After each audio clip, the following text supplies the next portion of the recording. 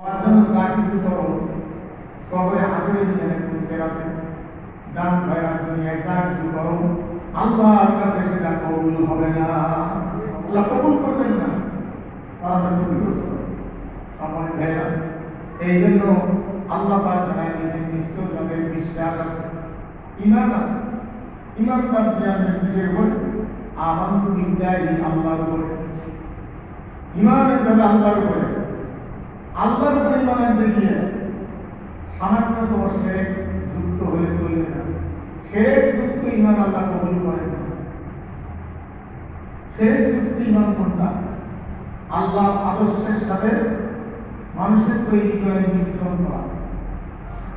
আল্লাহর আদর্শ কিছু জায়গায় বাদ দেওয়া, সেখানে মানুষের কাছে স্বীকার করা। আর অনিশ্চয় সত্ত্বে কিছু আইন পরিবর্তন হওয়ার আগ পর্যন্ত আপনাকে মানতে হবে। যেমন আল্লাহর নবী মদিনায় পৌঁছার পরে সেখানে মানুষ ওই কেবলা ছিল তখন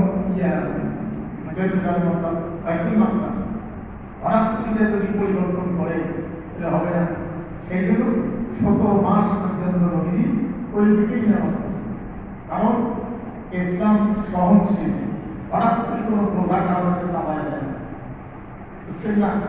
এই জন্য নামাজের ভিতরে একদিন 17 মাস পরে মানুষ যখন বুঝতেছে আল্লাহর আদেশ নিষেধ এবং মানসিকতা তৈরি হয়ে গেছে, নবীজি যা বলেন সেটা শোনা মানা, তখন আল্লাহ নামাজের ভিতরেই রাসূল সাল্লাল্লাহু আলাইহি ওয়াসাল্লামকে বলছেন যে আপনি এখন কিবলা পরিবর্তন করেন, রুকু অবস্থা সময় দেবেন। এই জন্য আপনার ভালো যান 2 কিবলা বসে ওই 2 মেম্বার 2 পাশে আছে, ছিল যেটা সেটাও আছে, আর যেটা পরিবর্তন হয়ে আছে সেটাও আমরা হজে গেলে দেখতে, বা যারা গেছেন তারা জানেন। সময় ভালো